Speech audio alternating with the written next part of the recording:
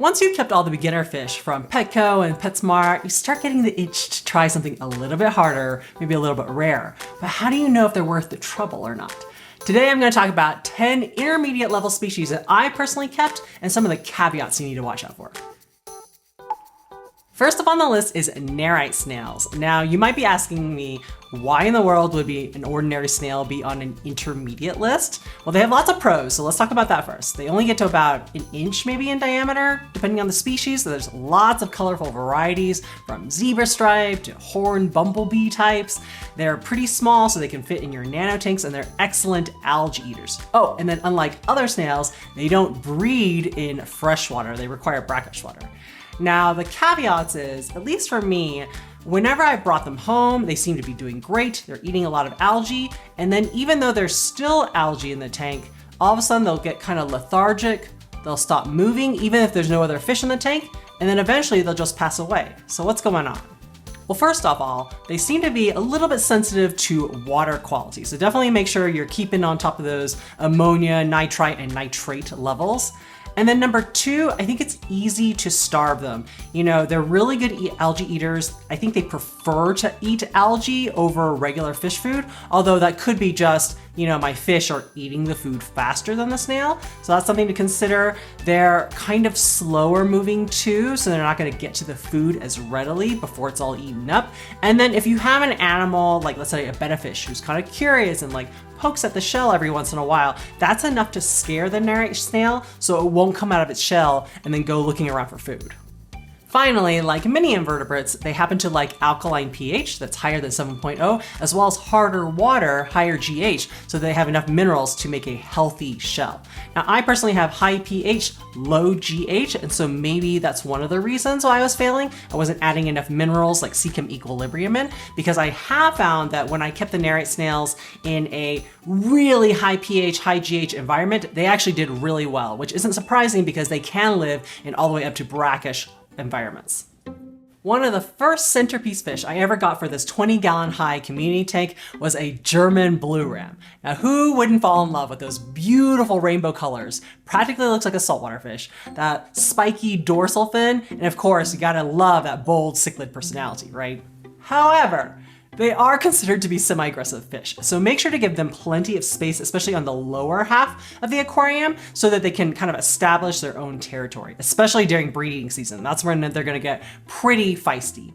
Also, it really helps if you plant kind of lots of tall, dense foliage, or maybe lots of hardscape or tall decor that will help block a line of sight, and that will help kind of minimize some of that aggression, especially if they're glass surfing. I've noticed, you know, if you see your German blue ram is kind of surfing up and down in a particular corner, just put some plants there and block his sight of his reflection. However, the most important thing I didn't realize at the time was they really do need hot water. So don't believe any of those online articles that are saying, yeah, they can go as low as 78. Try to aim for 84 to 86 degrees Fahrenheit. That will make them super happy, as well as lower GH, softer water is for their best kind of optimal environment. If you can do the heat especially, you're gonna have good luck with your German blue ram. Now, I have a lot of cool oddball fish on this list because not only do they look really cool, but also they usually have specialty requirements that would make them an intermediate level fish. And so first off, we have the marbled hatchetfish. This is a really cool, peaceful schooling fish that lives kind of in the top 1/3 of the aquarium. They have called hatchetfish because they have kind of the hatchet blade looking barrel-chested profile. And then if you have them on the top, you can have maybe a tetra in the mid-water area and then Corydoras on the bottom area. And that way you have activity in all levels of the aquarium. Unfortunately, like many surface-dwelling fish, they are very, very good jumpers. Those pectoral fins that you see almost act like little wings, strong muscles that can propel them out of the water and onto your floor, dried up for you to find. Ugh. So make sure not only do you have a tight-fitting lid, but any of the smallest little cracks where like the filter meets kind of the cutout that you made in the lid, like cover those up as much as possible, the airline tubing, so that they can't get out of the aquarium. I've also personally found that they seem more prone to getting ick, so definitely make sure to quarantine them and then get a good medication. I personally used Paragard in the past and I was not successful in curing ick in them, so ever since then I've converted over to IckX, much better medication, and I've never experienced an ick outbreak ever since. Finally, they do have very small mouths that are kind of upturned toward the surface, so you want to feed them really tiny floating foods. So things like crushed up flakes, nano pellets that float, maybe freeze-dried Daphnia, as well as live baby brine shrimp. They're gonna love that. Now, I definitely want to talk about dwarf shrimp because of how cute they are, so colorful and easy to breed. However, I've mostly kept Neocaridina shrimp, which usually come in like solid colors like solid red, solid blue, etc. They do have the really kind of patterns, but they're considered to be more beginner level versus red crystal shrimp or Caridina shrimp. They're considered harder because they definitely require very specific water parameters, meaning soft, acidic pH, really low KH. Most of the times, the kind of more serious shrimp keepers for Caridina shrimp, they recommend using RODI, reverse osmosis deionized water, which is basically water stripped of everything. And then they will add a special substrate, which is usually active, some kind of buffering substrate to keep that pH low. And then they will remineralize that water using a special blend of shrimp salts or shrimp minerals for Caridina shrimp that will only raise the GH a little bit so they can do their healthy exoskeleton molts, but then it won't raise the pH and KH. So I don't have room in my house right now or a good place to put an RODI filter unit to basically filter out all the minerals from my tap water. However, in the past, again, when I was a beginner, I did keep one crystal shrimp in the past, and her name was Xiaohong, Little Red, and she actually did pretty well. I have, again, higher pH, but pretty low KH and GH, and maybe that's why she lived for as long as she did. However, you know, I didn't have multiple shrimp, so it's not like I could kind of test whether they would be able to breed in those conditions. Probably not. But the second caveat is also, as with most dwarf shrimp, you usually can't keep them with a lot of different kind of fish tank mates because they're shrimp. Everybody loves to eat shrimp. So be very careful about the type of tank mates that you choose to keep with them. For example, no betta fish, for sure. Oh my goodness, I love dwarf pea puffers. They're so adorable. Imagine having this 1-inch little like glob looking like fish. It's yellow with black spots on its back. It's got big ol' eyes that move independently and are very inquisitive, constantly kind of inspecting the world, observing you. They can move like a helicopter in almost any direction, like forwards, backwards, side to side. So cool.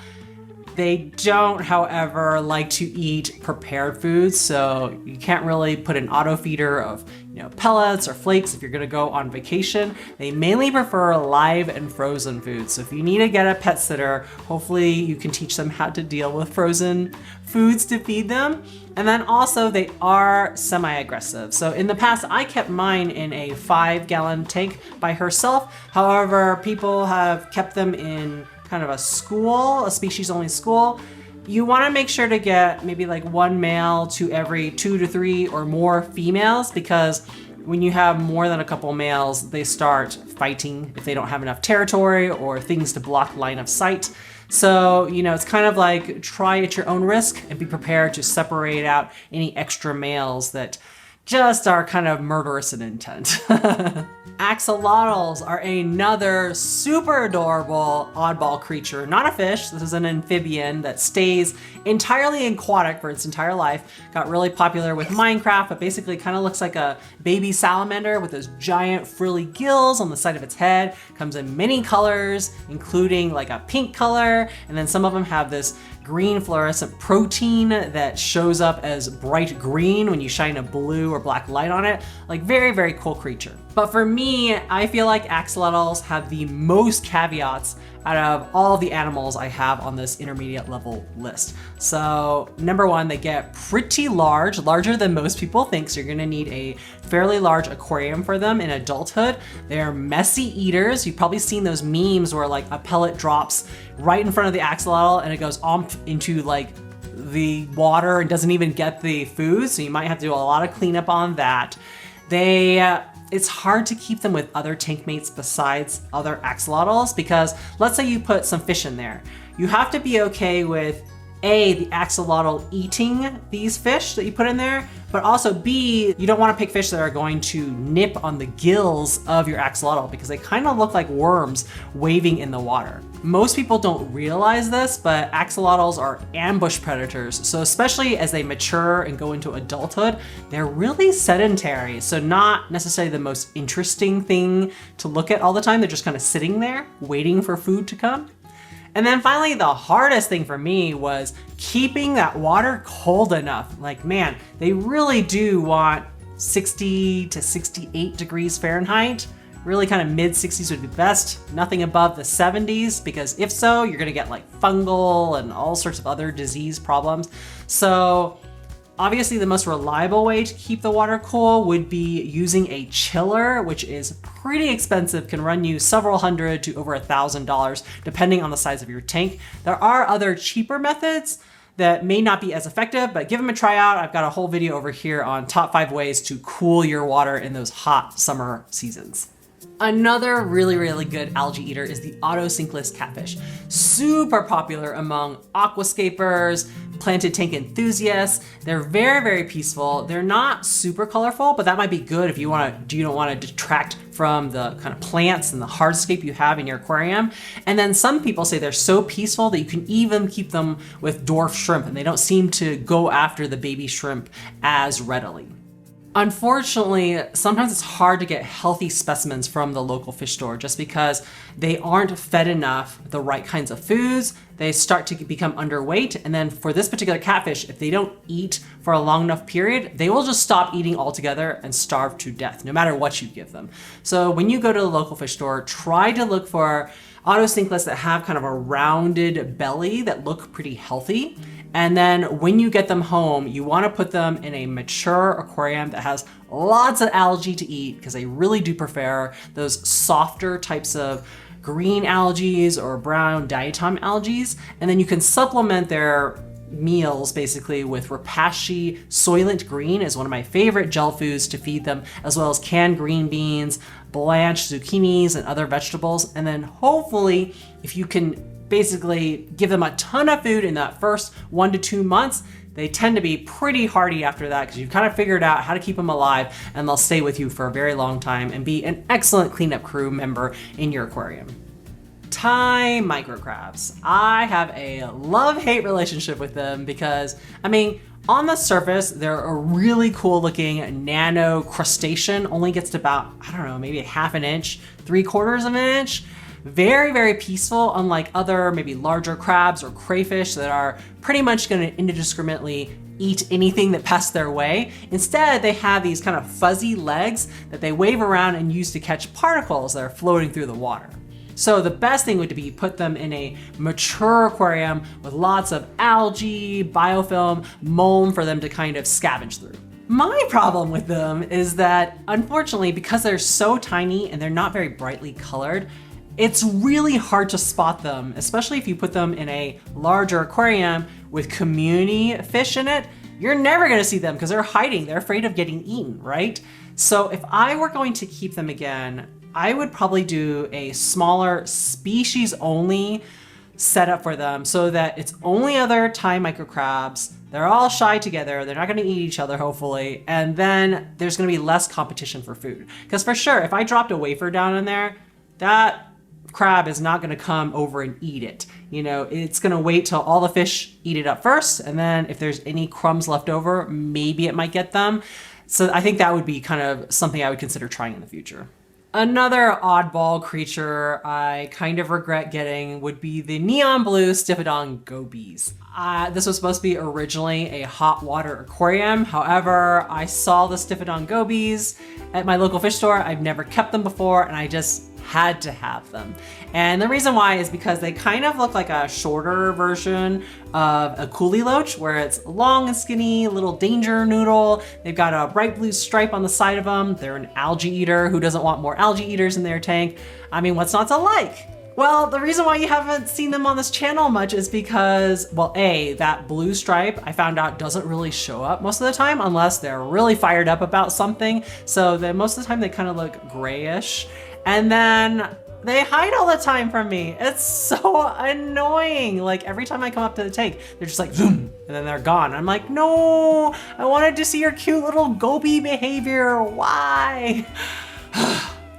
I can't really tell you how good at algae eating they are because I have several other algae eaters in this aquarium, so it's kind of hard to measure it, but they do like it whenever I feed them Repashy gel food. That is absolutely their favorite food, and that's the only time I really see them is if I drop it in there and then come back an hour or two later. They're usually kind of hanging on the glass or in the general area of the Repashy, so I haven't actually seen them eat it, but I'm assuming they're okay because they don't look underweight or anything. So yeah. African shell dwellers, on the other hand, I have plenty of good things to say about them. They are so cool. If you've ever wanted an intro to African cichlids that you can keep in a 20-gallon long tank, this is it. Definitely highly recommend. They live in these little snail shells, really cool, interesting behavior. They like to use their mouths to pick up and spit out sand and do their own construction and interior decorating. Very easy to feed, very easy to breed, not shy at all. Will come up to you all the time. Love them, right? The only thing to remember is they do come from Lake Tanganyika, so you're probably gonna need some kind of cichlid salt to raise up the pH and raise up the GH to the level that they're comfortable with. Don't even think about aquascaping this tank because they will dig it up. They are gonna move things constantly around, even under your rocks, cause them to fall over and tilt, so that's not great. Live plants, a lot of them don't do good at the levels of high pH and GH that they need to live in, although I didn't try Java ferns, so I might do that next time. But because of the lack of live plants in my basically shell dweller tank, I did have some issues with algae. Even though I basically kept the lights off all the time, I still got blue-green algae. There's indirect sunlight coming from the window, and that would kind of cause a film on the front panel. So just be aware, you might have to do more tank maintenance on this aquarium. It's not like I want to be a Debbie Downer and completely turn you off of intermediate level fish, but you know, buyer beware of what exactly you're signing up for. In fact, I'm actually in the middle of setting up another intermediate level aquarium, which thank you to the members who voted on my recent poll to help me with some fish stocking decisions. But if you're in easy mode, you are super busy, you don't want to mess with all that, check out my top 10 beginner level fish that you definitely have to try out. Take time to enjoy your aquariums, and I'll see you in the next video.